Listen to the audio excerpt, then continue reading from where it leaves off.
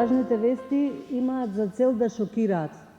Веднаш, бргу, да ви ги совриат страстите, воопшто да не размислувате дали треба да ја проверувате, туку веднаш да ја споделите или веднаш да коментирате. Значи, она што е особено важно за мене е фактот што медиумската писменост влегува на голема врата во курикулумот на Филолошкиот факултет и со тоа во курикулумот на УКИМ.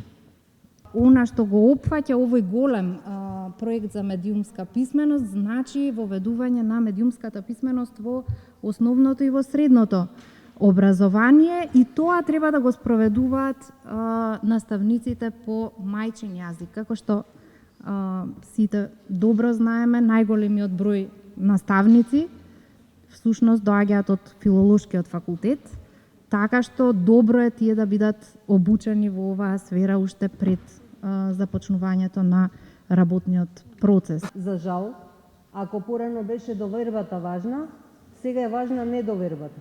Колку тоа чудно и да звучи, но кога се читаат вести, многу е важно да не верувате. Многу е важно да проверувате од каде доаѓа веста.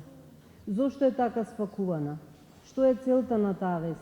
Ако некогаш за мојата генерација разликувањето на вистината и на лагата било важно од етички причини, сега е тоа важно во буквална смисла од екзистенцијални причини. Бидејќи спомнавте кампањата, како што рекол поранешниот американски претседател Рузвелт, најмногу се лаже во љубовта, ловот и предизборната кампања.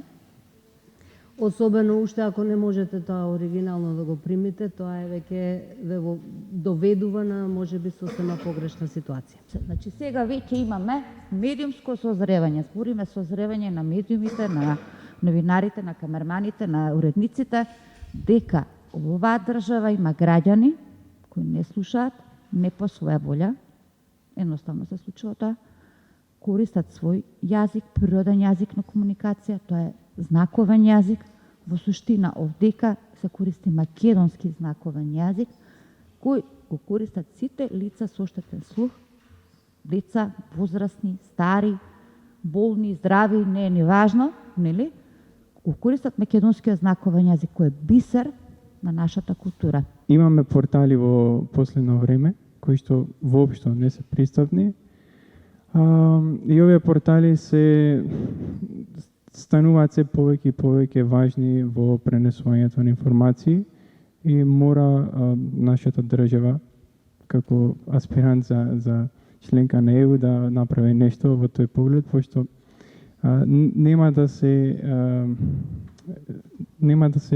добијат информациите, да дојдат информациите до сите луѓе со такви портали. Тоа што јас би го апелирал во овој момент до идните, да кажам, пишувачи на медиумски содржини, е тоа да ги имате лицата со попреченост предвид и да ги поедноставувате речениците. Значи, затоа што работиме многу со снимки од радио, снимки од телевизија, има реченици кои што траат 40 секунди. Тоа се реченици со 80 зборови, што комотно може да кажеме дека се 2 параграфи текст. Дневното новинарство дека за лицата со попреченост, нели, 3 ноември, 3 декември, тоа е светски ден на лицата со попреченост, дали јас само ако објавам еден текст за 3 декември, сум ја објавил својата должност кон јавноста? Дали? Навистина лажните вести служат за одвлекување од вистинските проблеми, всушност служат и можат да заведат и цели држави и донесување на политички одлуки кои потоа не им одговараат на граѓаните на тие држави. Такви примери имавме многу, особено на нашиот дел од светот, во Западниот Балкан. Men donin në mënyrë kritike, krijo të gjithë historinë. Ditët e arsimimit mediatik 2022, nga 25 tetor deri më 1 nëntor. Mësoni më shumë në mediumskapismenost.mk.